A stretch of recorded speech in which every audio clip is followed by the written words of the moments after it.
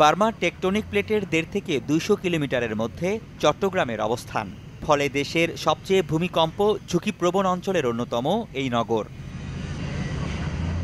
কয়েক বছর আগে সরকারি এক জরিপে উঠে এসেছে, মহানগরের ৩,৮২,০০০ ভবনের মধ্যে ২,৬৭,০০০ রয়েছে ভূমিকম্প ঝুঁকিতে।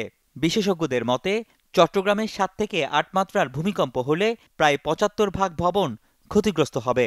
রাতে ভূমিকম্প হলে প্রাণহানি হবে দ্বিগুণ। এই তিনটা জায়গা থেকে 7.5 থেকে 8.5 রেক্টার স্কেলের ভূমিকম্প সৃষ্টি হবে। ১৭৬২ সালে যে ভূমিকম্প হলো, এর পরে আর কোনো ভূমিকম্প ওই এলাকাতে হয় নাই। আমরা এক্সপেক্ট করতেছি এই যে কোনো মুহূর্তে এই ভূমিকম্প ওখান থেকে সৃষ্টি হবে। 75% বিল্ডিং যদি ক্ষতিগ্রস্ত হয়, তখন সেখানে প্রায় ২.৫ থেকে ৩ লক্ষ লোক মারা যাবে। রাতের বেলা যদি হয় তাইলে ম্যাক্সিমাম ক্যাজুয়ালিটি হবে।